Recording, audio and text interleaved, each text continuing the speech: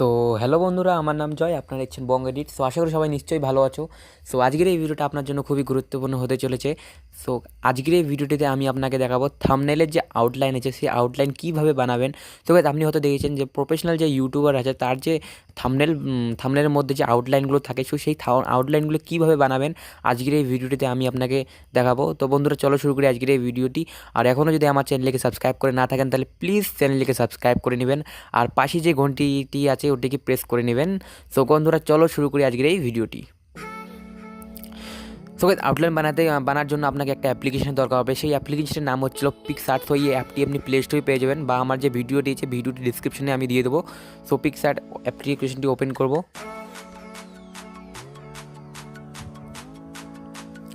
তো ওপেন করার পর আপনি যে ফটোটা এডিট করতে চান সেই ফটোটিকে এখানে আমরা অ্যাড করব।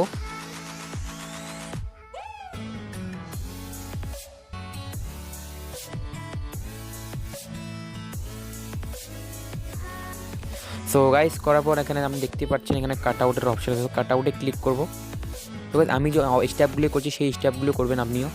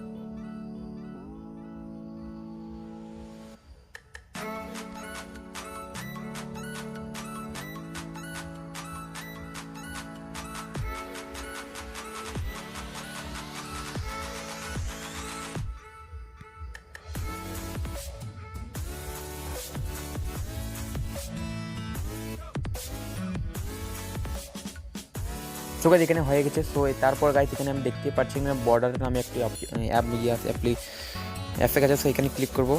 সো করার পর গাইস দেখতে পাচ্ছেন এখানে আউটলাইন এসে গেছে। সো আপনার ফটো অনুযায়ী আপনি আউটলাইন ইনক্রিজ করবেন। তো এখানে আমি 15% রাখবো। সো এটাকে সিলেক্ট করে নেব।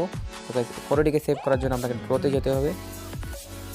সো ড্রতে যাওয়ার পর গাইস এখানে দেখতে পাবেন 3D ডট বটন আছে। সো ডটে ক্লিক করব। করার পর গাইস এখানে দেখতে পাচ্ছেন সেম ইমেজ আছে। তো হয়ে গেছে আমার ফটো সেভ। তো আমি দেখাই যে এখন কেমন লাগছে এটাকে।